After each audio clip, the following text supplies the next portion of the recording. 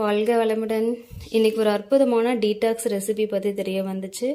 அதை நான் ட்ரை பண்ணியிருக்கிறேன். நீங்களும் ட்ரை பண்ணுங்கள். ரொம்ப சூப்பரான ரிசல்ட் எடுக்கலாம். இது 250 கிராம் வெந்தயம், 100 கிராம் ஓமம், 50 கிராம் அளவு கருஞ்சீரகம், இந்த மூணையும் தனியாக வறுத்து வச்சுருக்கிறேன். வெறும் வடசட்டியில் வறுத்தா போதும், எண்ணெய் எதுவும் ஊற்ற தேவையில்லை. இதை பொடி பண்ணி ஒரு கண்ணாடி பாட்டில் கலந்து வச்சிட்டிங்கன்னா அதனோட தன்மை அப்படியே மெயின்டைன் ஆகும்.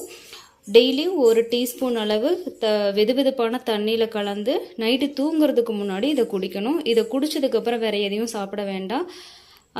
இது உடம்புல இருக்கிற அத்தனை கழிவுகளும் சூப்பராக டீடாக்ஸ் பண்ணக்கூடிய ஒரு ரெசிபி. உடல் கழிவு, மனக்கழிவு எல்லாமே நீக்கப்பட்டு ரொம்ப புத்துணர்ச்சியாக விழிப்புணர்வோட ஆக்டிவாக செயல்படுறதுக்கான எல்லா அற்புதமான விஷயங்களும் இதில் இருக்குது. ஜீரண உறுப்புகள் நல்லா பலப்படும். கிட்னி, லிவர்னு சொல்லி எல்லா ராஜ உறுப்புகள், மெயின் ஆர்கன்ஸ் எல்லாமே நல்லா டீடாக்ஸ் ஆகும். உணவு பாதை நல்லா சுத்தமாகுது. அட்லீஸ்ட் வாரத்தில் 3 நாளாவது இதை ட்ரை பண்ணுங்க.